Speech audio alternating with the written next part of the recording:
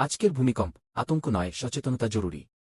আজ ২৭ নভেম্বর ২০২৫ সকালে ঢাকা ও তার আশেপাশের এলাকায় মৃদু ভূমিকম্প অনুভূত হয়েছে। আপনারা সবাই নিশ্চয়ই কম্পনটি টের পেয়েছেন। ভূমিকম্প একটি প্রাকৃতিক দুর্যোগ যা রোধ করা সম্ভব নয়, তবে সচেতনতা ও পূর্ব প্রস্তুতি থাকলে এর ক্ষতি অনেকটাই কমানো সম্ভব। ভূমিকম্পের সময় আপনার করণীয়: ১. শান্ত থাকুন, আতঙ্কিত না হয়ে শান্ত থাকতে চেষ্টা করুন।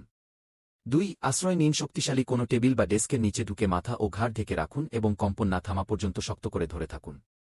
৩. ঝুঁকি এড়ান, জানালা, কাচের জিনিস, ভারী আলমারি বা যেকোনো ঝুলন্ত জিনিস থেকে দূরে থাকুন। ৪. বাইরে থাকলে দ্রুত খোলা জায়গায় চলে যান। ভবন, বৈদ্যুতিক খুঁটি বা গাছের নিচে দাঁড়াবেন না।